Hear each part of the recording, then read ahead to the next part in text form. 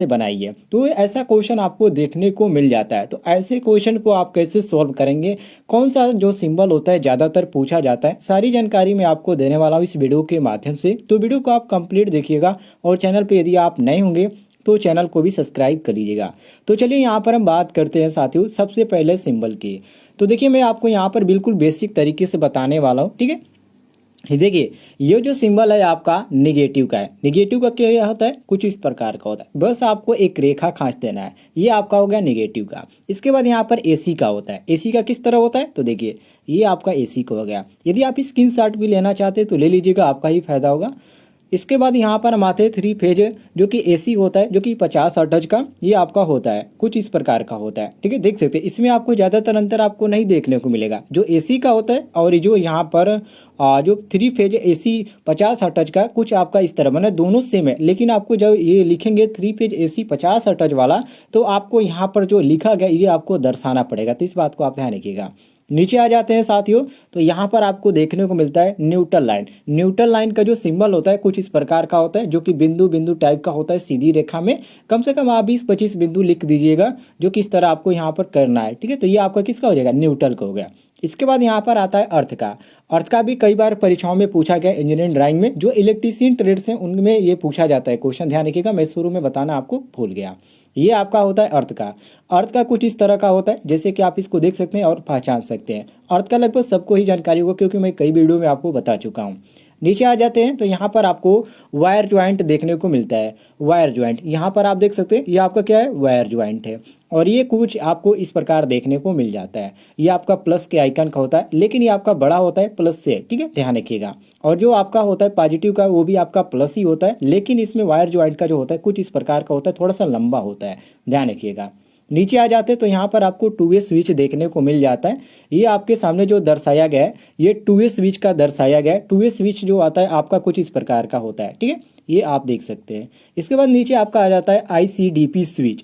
ICDP switch जो होता है साथियों, ये देख सकते हैं 2 रेखा खींची गई, यहाँ पर आपको एक बिंदु और यहाँ पर, और इस तरह आपको होता है, और यहाँ पर दर्शाया हुआ दिखाया जाता है। ये आपका आ जाता है आईसीडीपी स्विच का। इसके बाद नीचे आ जाते हैं तो यहाँ पर आपको डीपीडीटी स्विच देखने को मिलता है, जो कि डीपीडीटी जो स्विच होता है कुछ इस प्रकार का होता है। आप इसको देख सकते हैं और समझ सकते हैं। इसमें 2 आपको यहाँ पर खांचे देखने को मिल जाते हैं, लेकिन जो आपका डीपीडीटी जो आपका स्विच होता है इसमें आपको 3 देखने को मिल जाते हैं, बीच वाला, और यहाँ पर अलग अलग आपको यहाँ पर 2 स्टार्टिंग में और एंडिंग में देखने को मिल जाता है। ये आपका हो जाता है डीपीडीटी स्विच का। इसके बाद यहाँ पर नीचे आ जाते हैं साथियों, तो यहाँ पर आपको लिंक, ठीक है, जो कि ट्रांसफार्मर में ये ज़्यादा होता है। तो ये आपका जो होता है कुछ इस प्रकार का होता है, आप इसको देख सकते हैं।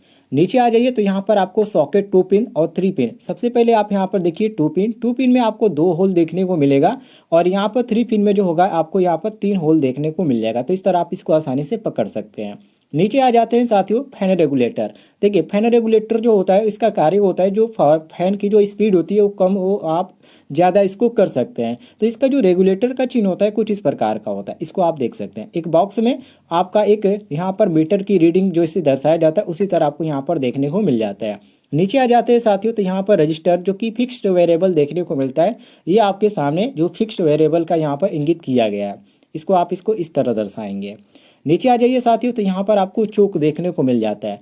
चोक का जो होता है कुछ इस प्रकार का होता है, इसमें आपको कलर करना पड़ता है, जो कि आप पेंसिल से जब बनाएंगे तो इसको आप बिल्कुल यहाँ पर ब्लैक में कर दीजिएगा, ठीक है, ध्यान से देखिएगा।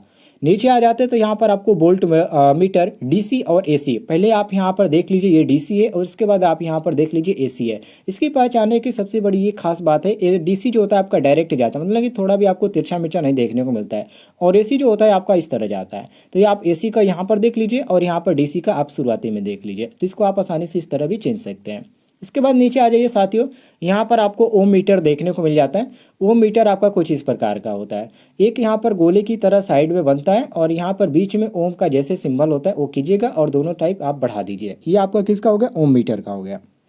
इसको पकड़ने का आसान तरीका है। नीचे आ जाइए फ्रीक्वेंसी का। देखिए साथियों फ्रीक्वेंसी जो मीटर होता है उसका यहाँ पर ऐप होता है, और इंडिया में यदि फ्रीक्वेंसी कोई आपसे पूछा कि कितना है तो 50 हर्ट्ज बताइएगा, क्योंकि इंडिया में इतना ही है। नीचे आप यहाँ पर देख सकते हैं, यहाँ पर फ्रीक्वेंसी का कुछ इस प्रकार बनता है। इसके बाद एनर्जी मीटर आता है, ठीक है। एनर्जी मीटर भी मोस्ट इंपॉर्टेंट है, इसको आप देख लीजिए, KWH है, किलोवाट घंटा में आपका होता है, जो कि यहाँ पर आपको कुछ इस प्रकार का सिंबल देखने को मिल जाता है। ये आपका किलोवाट घंटा का है। नीचे आ जाइए साथियों, यहाँ पर आपको पॉजिटिव देखने को मिल जाता है। ऊपर मैंने एक और सिंबल बनाया था जो कि पॉजिटिव की तरह ही था, मैं आपको वो भी दिखा देता हूँ। ये देखिए वायर ज्वाइंट, ये भी है आपका पॉजिटिव की तरफ है। अब इसमें और यहाँ पर नीचे आ जाइए, यहाँ पर देख सकते हैं कोई भी अंतर नहीं है, लेकिन आपको यहाँ पर अंतर समझना पड़ेगा। उसमें जो इसकी चौड़ाई थी काफ़ी अधिक थी, और इसमें जो है बिल्कुल यहाँ पर कम है लंबाई और चौड़ाई। तो इस तरह भी आप इसको समझ सकते हैं, ठीक है। अब यहाँ पर देखिए, ये आपका हो गया पॉजिटिव का। अब यहाँ पर डीसी का देख लीजिए, डीसी का आपका कुछ इस तरह होता है और एसी का होता है कुछ इस तरह होता है, ठीक है। एसी का कुछ इस तरह होता है। तो ये आपका डीसी और एसी में समझने की बात है। नीचे आ जाइए साथियों, यहाँ पर आपको सिंगल फेज एसी जो कि 50 अटच पर जो वर्क करता है उसका यहाँ पर सिंबल बनाया गया है। ये आपका 1 और ये आपका 50 अटच, ध्यान से देख लीजिएगा। इसके बाद साथियों यहाँ पर 3 फेज जो लाइन होता है उसका यहाँ पर सिंबल बनाया गया है। आपको एक सीधी रेखा खींचनी है, 2 सीधी रेखा, 3 सीधी रेखा। 3 फेज में पूछा जाए तो 3 सीधी रेखा, यदि सिंगल फेज में पूछा जाए तो केवल आपको एक सीधी रेखा खींचना है। नीचे आ जाइए तो यहाँ पर आपको अर्थ लाइन, देखिए अर्थ जो आपका होता है 2, एक आपका जो अर्थ होता है आपको इस तरह, मैंने आपको अभी बताया कुछ इस तरह होता है, ठीक है। और एक जो आपका अर्थ है यहाँ पर अर्थ लाइन, वो आपका अर्थ है और ये आपका अर्थ लाइन है। तो अर्थ लाइन आपका सीधा रहेगा, और केवल अर्थ की बात किया जाए तो आपको एक इस तरह बनाना है, ध्यान रखिएगा। नीचे आ जाइए तो यहाँ पर आपको क्रॉस वायर देखने को मिल जाता है, जो कि आपको कुछ इस तरह देखने को मिल जाता है। सिंगल वे स्विच की बात करें तो ये आपके सामने जो है सिंगल वे स्विच है, ये आपका कुछ इस प्रकार बनेगा। इसके बाद यहाँ पर आपको इंटरमीडिएट स्विच देखने को मिल जाता है। इंटरमीडिएट स्विच कुछ आपका इस प्रकार बनेगा जैसे कि ये बनाया गया, ध्यान से समझ लीजिएगा।